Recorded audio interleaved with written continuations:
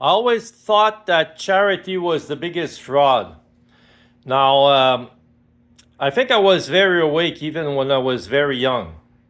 Anyway, since I got kicked out of school, and even before that, like I used to juke school and go downtown. I was always downtown when I was young.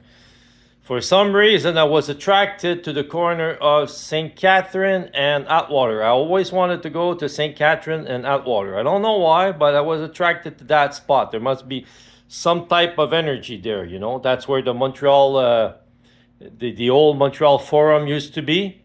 And I don't even like hockey, and I didn't even watch hockey, so I don't know.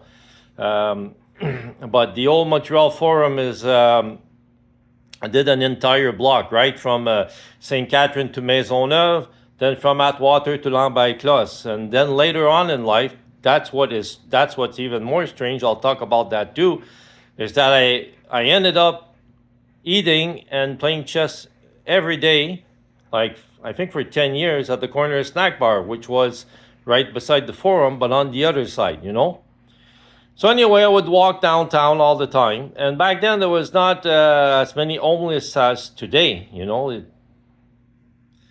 today is crazy. Like we're gonna build a city for homeless people if it continues like that. But anyway, back then there was not that many beggars and many homeless people, and when I had a bit of money in my pocket, I gave some. You know, later when I had a job, I mean, but I was looking at people, always observing what, you know, that's what I do. I observe people.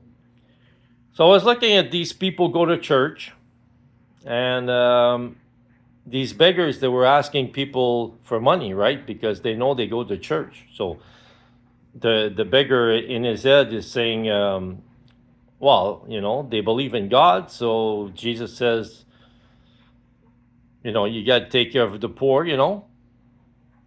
But they were never giving. I never saw nobody give. Nobody. I never saw nobody who went to church give money to a beggar or a homeless person. Never. But what's funny is they went to the church and they gave money to the priest. And the only reason we give money to the priest is because the priest represents Jesus, and he says that he's going to help the poor. Well, you got a poor in front of you right there. Why don't you give him money? I don't know. So since charity is the biggest fraud, like, are the politicians in the world, are the world leaders creating wars so that people become poor so that they can ask money for charity? Now, of course, the money doesn't go to these people. I just explained that to you, right?